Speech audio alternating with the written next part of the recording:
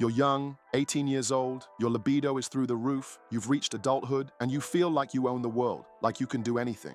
For the overwhelming majority of men at that age, the only thing on their minds is go out with women, make money, get muscular, buy a flashy car to go out with even more women. Everything in their lives revolves around one single purpose: women. Yeah, I was like that too, for even longer than most guys my age. And today I want to tell you why 99% of single men are dysfunctional for society. I had my first girlfriend at 21. We dated for 3 years, and after that I stayed single for a long time. I lived both sides of the coin, broken single and then single with money. For a while, I was proud of it. I had the attention of beautiful, sought-after women. I started noticing all my friends getting into relationships, and as happens in all relationships, things would eventually get monotonous and fall into routine. That's when I would brag about being single and show off the women I was talking to, like it was a flex to say, look who I went out with. But at some point, a deep emptiness began to grow inside me. I was extremely tired of that shallow lifestyle, of meeting people who didn't add anything to my life, who were different from me but served as crutches to fill a void I didn't even know I had.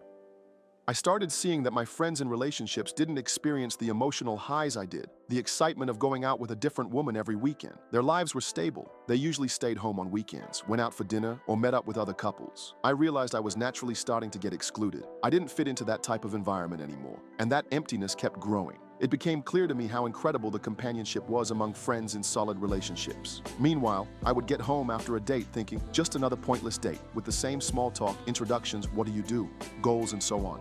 Then I began to notice that my friends were going through powerful personal and professional growth, the kind I thought was impossible for them. Friends I believed would never mature had completely changed their lives. It became obvious to me how the right woman can truly change a man for the better. My friends started developing virtues, got married, some already have kids, and as I write this script, I feel goosebumps of joy seeing how much they've changed for the better. It's impossible not to compare who they were and who they are now. They were once aimless boys chasing parties and women. Now they're men with values, driven to become the best version of themselves so they can provide security to their wives and families. That's why the family is the foundation of our society. The family is our safe harbor, and a solid marriage with a woman of value turns you into a man you never imagined you could be. That unshakable love for your wife and children gives you a strength you never dreamed of having, because you constantly strive to give them the best, the greatest comfort, the deepest happiness. So you seek to evolve, professionally, morally, because after all, you're their example. We fight for a better and fairer society, because that is truly our legacy to the world. Now, the single man, except for the rare few with a very clear spiritual purpose,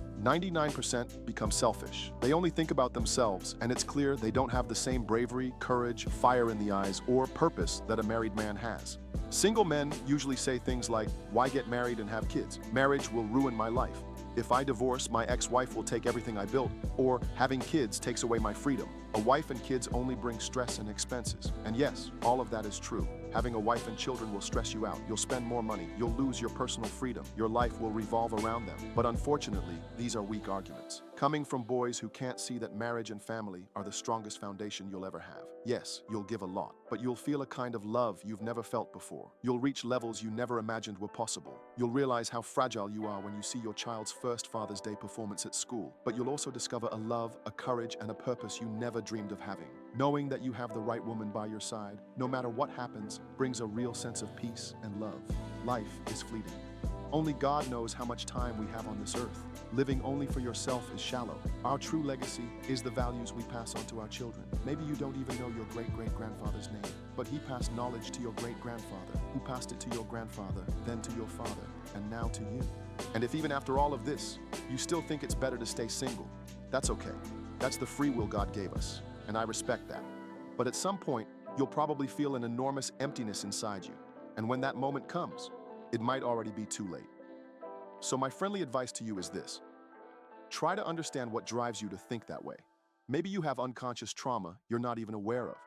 Maybe you were born into a broken home, had an absent father, mother, or another family member, and that brought you pain. One way to protect yourself and to honor your parents might be making sure that doesn't happen to you. So, without realizing it, you built up a mental defense mechanism to avoid facing that pain. That's why I urge you to go on a deep journey of self-awareness. Find a good psychologist to help you through this. The world needs strong men, and being strong means having the courage to face and accept your own vulnerability. If you made it this far, leave a like. It really helps YouTube recommend this video to more people. Subscribe to the channel and let me know in the comments what topic you'd like to see next. Take care, my friend.